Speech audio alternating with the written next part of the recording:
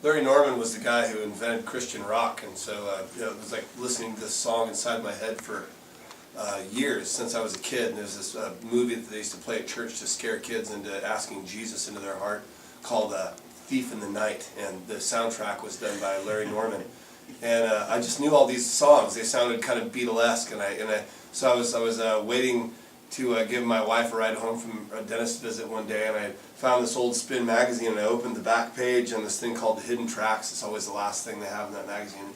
And I read this article about this guy who died at only like 61 years old, and he was big in the Way movement, where the Way Bibles, and like bringing music into the church and in a rock and roll fashion for the first time, and also reaching out to a bunch of different kinds of hippies that at that time in 1968, 69, when that movie was made, and the movie was about the end of times and stuff, and so I still didn't know. So I'm reading this article, and I come along with these lyrics of the song, and I'm like, hey, I know that song.